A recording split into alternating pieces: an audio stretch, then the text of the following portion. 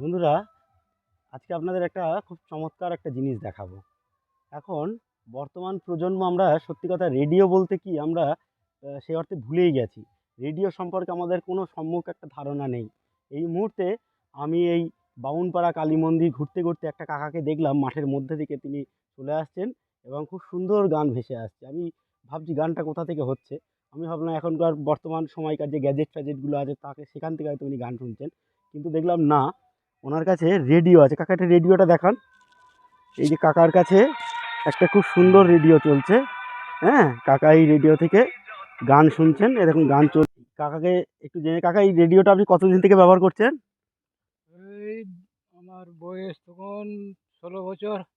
১৬ বছর। কাকার যখন বয়স ১৬ বছর তখন থেকে কাকা রেডিও ব্যবহার করছে। এখন অন্যান্য গান শুনে আমরা রেডিওতে সমস্ত চ্যানেল পান? আগেই আমরা ছোটোবেলায় যেগুলো সেই কলকাতা, ক, খ, গ, বাংলাদেশ পেতাম, এগুলো পান সব এখন? এখন 2-4টে সেন্টার পাই। ২-৪টে সেন্টার কাকা পাওয়া যায়। এ তো খুব ভালো কাকা আপনার নাম? আনন্দ পাহাড়িয়া। আনন্দ পাহাড়ি। এখানেই বাড়ি আপনার? হ্যাঁ। এখানেই থাকেন? আচ্ছা, খুব ভালো লাগলো কাকার সঙ্গে কথা বলে।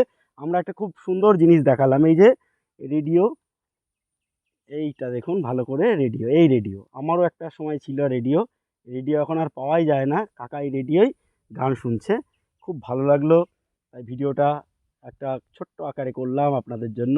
কেমন লাগলো অবশ্যই কমেন্ট করে জানাবেন। কাকা শুনছে কিন্তু গান। বাংলাদেশের গান শুনছে। খুব জনপ্রিয় একটা বাংলাদেশের গান।